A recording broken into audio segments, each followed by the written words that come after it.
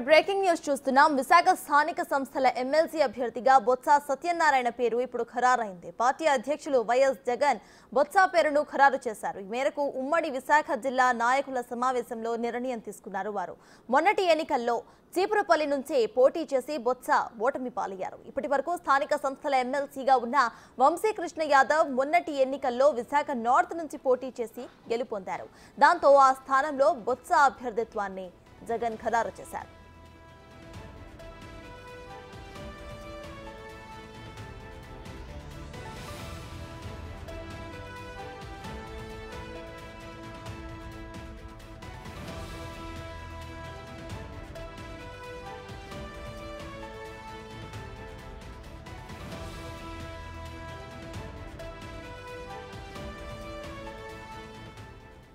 ఇదే అంశంపై పూర్తి డీటెయిల్స్ మా ప్రతినిధి శివ అందిస్తారు. శివ, చెప్పండి. ఇటు విశాఖ స్థానిక సంస్థల ఎమ్మెల్సీ అభ్యర్థిగా బొత్స సత్యనారాయణ పేరు ఖరారు చేసినట్టు తెలుస్తోంది. వైసీపీ పార్టీ ప్రెసిడెంట్ అక్కడ అప్డేట్స్ ఏంటి?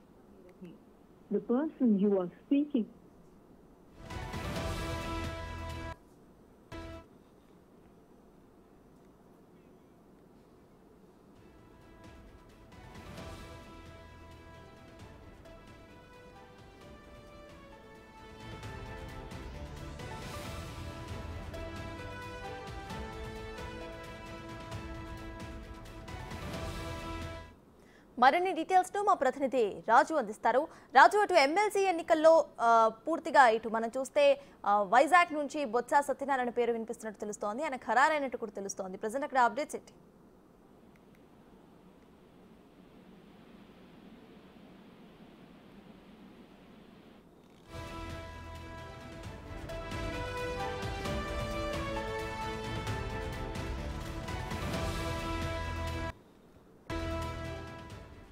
విశాఖ స్థానిక సంస్థల ఎమ్మెల్సీ అభ్యర్థిగా బొత్స సత్యనారాయణ పేరు ఖరారైంది. పార్టీ అధ్యక్షులు వైఎస్ జగన్ బొత్స పేరును ఖరారు చేశారు. ఈ మేరకు ఉమ్మడి విశాఖ జిల్లా నాయకుల సమావేశంలో నిర్ణయం తీసుకున్నారు. మొన్నటి ఎన్నికల్లో చీపురుపల్లి నుంచి పోటీ చేసి బొత్స ఓటమి పాలయ్యారు. ఇప్పటి వరకు స్థానిక సంస్థల ఎమ్మెల్సీగా ఉన్న వంశీకృష్ణ యాదవ్ మొన్నటి ఎన్నికల్లో విశాఖ నార్త్ నుంచి పోటీ చేసి గెలుపొందారు. దాంతో ఆ స్థానంలో బొత్స అభ్యర్థిత్వాన్ని జగన్ ఖరారు చేశారు.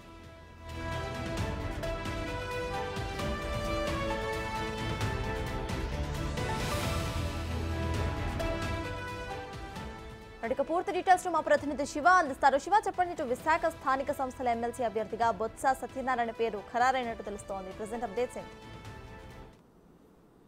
విశాఖపట్నానికి సంబంధించి కూడా ఉమ్మడి విశాఖపట్నం జిల్లాకు సంబంధించి కూడా స్థానిక ఎమ్మెల్సీ అభ్యర్థిగా కూడా వైఎస్ఆర్సీపీ నేత మాజీ మంత్రి బొత్స సత్యనారాయణ పేరు ఖరారు చేస్తూ వైసీపీ అధినేత జగన్మోహన్ రెడ్డి కొద్దిసేపు క్రితమే అధికారికంగా ఖరారు చేశారు. ఉమ్మడి విశాఖపట్నం జిల్లాలకు సంబంధించిన వైఎస్ఆర్సీపీ ముఖ్యమైన నేతలతో ఈ రోజు జగన్మోహన్ రెడ్డి సమావేశమయ్యారు. ఈ సమావేశంలో ఎన్నికల్లో అనుసరించాలన్న వ్యూహంపై కూడా అలాగే నాయకుల అభిప్రాయాన్ని జగన్ తీసుకున్నారు. ఈ నేపథ్యంలో ఉమ్మడి అభ్యర్థిగా ఏదైతే ఉమ్మడి జిల్లాలకు సంబంధించి కూడా అభ్యర్థిగా కూడా బొత్స సత్యనారాయణ పేరును ఖరారు చేస్తూ జగన్ నిర్ణయం తీసుకున్నారు. ఇటీవల ఏదైతే స్థానిక సంస్థల ఎన్నికల నేపథ్యంలో గతంలో వంశీకృష్ణ శ్రీనివాస్ యాదవ్ వైఎస్ఆర్సీపీ నుంచి గెలుపొంది ఆయన జనసేనలో చేరడం జరిగింది. ఈ నేపథ్యంలో ఆయనపై శాసన మండలి చైర్మన్ అనర్హత వేటు వేశారు. అనర్హత వేటు వేయడంతో ఆ స్థానానికి ఖాళీ ఏర్పడిన నేపథ్యంలో ఎన్నికలు నిర్వహించాలని చెప్పి ఎన్నికల సంఘం నిర్ణయం తీసుకుంది. ఈ నేపథ్యంలో ఇటీవల కేంద్ర ఎన్నికల సంఘం నోటిఫికేషన్ ఇస్తూ కూడా ఉత్తర్వులు జారీ చేసింది. ఈ నెల 6వ తేదీ నుంచి నామినేషన్లు వేసేందుకు కూడా నోటిఫికేషన్ జారీ చేస్తారు. అదే రోజు నుంచి 13వ తేదీ వరకు నామినేషన్ల ఎంపిక జరుగుతుంది.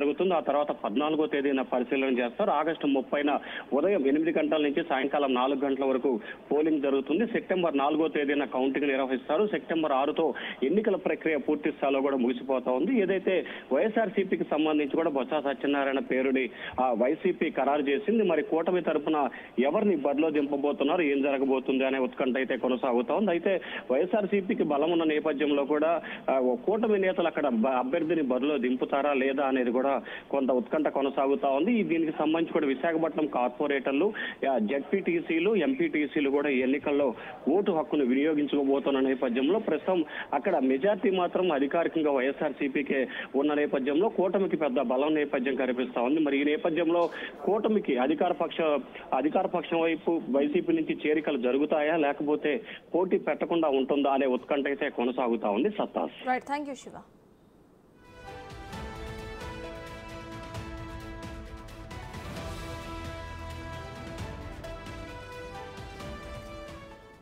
ఇక ఎమ్మెల్సీ ఎన్నికల్లో అటు విశాఖపట్నం నుండి అభ్యర్థిగా బొత్స సత్యనారాయణ పేరు వైసీపీ ఖరారు చేసుకుంది. ఇదే విషయంపై పూర్తి డీటెయిల్స్ మా ప్రతినిధి రాజు అందిస్తారు. రాజు, చెప్పండి, అటు ఎమ్మెల్సీ ఎన్నికల్లో ఎంతమంది ఓటర్స్ కంప్లీట్ గా ఉంటారో, అయితే బొత్సను ఎంపిక చేసుకోవడానికి మెయిన్ రీజన్ వైసీపీకి ఏమేమి ఉండొచ్చు అనుకోవచ్చు? అంటే గత సార్వత్రిక ఎన్నికల్లో జరిగినటువంటి పరిణామాలు చూసాము. అక్కడ వచ్చినటువంటి గెలిచినటువంటి అభ్యర్థులను కూడా చూసినటువంటి పరిస్థితి అయితే ఉంది. ముఖ్యంగా చూస్తే రాష్ట్ర వ్యాప్తంగా జరిగినటువంటి సార్వత్రిక ఎన్నికల్లో కేవలం 11 సీట్లకు మాత్రమే వైసీపీకి పరిమితం అయిపోయినటువంటి పరిస్థితి అయితే ఉంది. ఈ నేపథ్యంలో సార్వత్రిక ఎన్నికల తర్వాత జరుగుతున్నటువంటి ఎన్నిక కావడం, ముఖ్యంగా అది ఉత్తరాంధ్ర నుంచి ఎమ్మెల్సీ సంబంధించి పోటీ ఉన్నటువంటి నేపథ్యంలో బలమైనటువంటి నాయకుడిని బరిలో నిలపాలి. అదేవిధంగా ఖచ్చితంగా గెలిచి తీరాలి. ఎందుకంటే ఇంత ఘోర ఓటమి తర్వాత మళ్ళీ వెంటనే జరుగుతున్నటువంటి ఎన్నికల్లో విజయం అనేది సాధించాలనేది వైసీపీకి ఉన్నటువంటి ముఖ్యమైన ఉద్దేశంగా కనిపిస్తుంది. ఈ నేపథ్యంలోనే అటు విశాఖపట్నం నుంచి ఉమ్మడి విశాఖకు సంబంధించి స్థానిక సంస్థల ఎమ్మెల్సీ బరిలో ఉన్న అంటే